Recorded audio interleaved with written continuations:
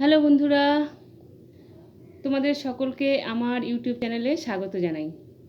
আমি আজকে আরও একবার তোমাদের সামনে এসে হাজির হয়েছি আমার লেখা আরেকটি কবিতা পাঠ করে শোনাবো বলে।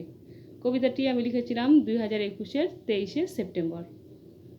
এই কবিতাটি লিখেছি আমি সেই বিষয়টা নিয়ে, যেটা হলো যে বন্ধুরা, আমরা প্রত্যেকেই জানি যে যারা সরকারি কর্মচারী, মানে সরকারি অফিসে কাজ করেন, তারা মাস শেষে একটা বেতন পান এবং সেই বেতন দিয়েই তার সারা মাসের সংসার চালাতে হয়।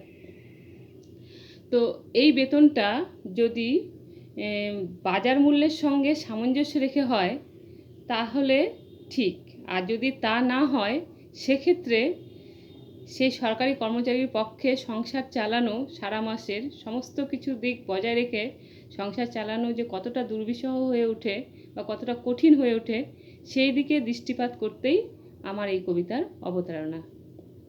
তো কবিতাটির নাম সেই জন্যই রেখেছি স্যালারি। এখন আমি পাঠ করে শোনাচ্ছি।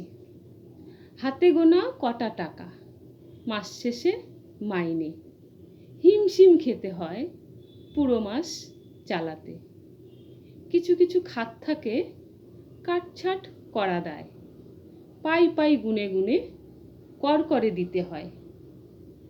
বারবার কষে হিসেব কাগজে কলমে, তবু দেখে টান পড়ে টাকার থলেতে।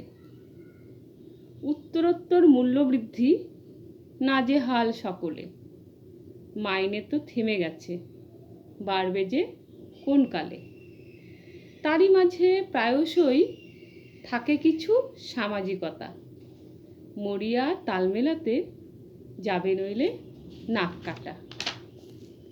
তার উপরে অসুখ বিসুখ কখন আসে কে বা জানে, সেই খাতেও কিঞ্চিত বঞ্চিত রাখতে হয় নিয়ম মেনে। সব কিছু রাখতে বজায় কোপ পড়ে পরাণে, খাওয়া দাওয়া সকাল্লাত মেটাতে হয় সামান্যে। আজ নয় কাল হবে, এই থাকে সান্ত্বনা। রোজ রোজ আজই থাকে, কাল আর আসে না। নমস্কার।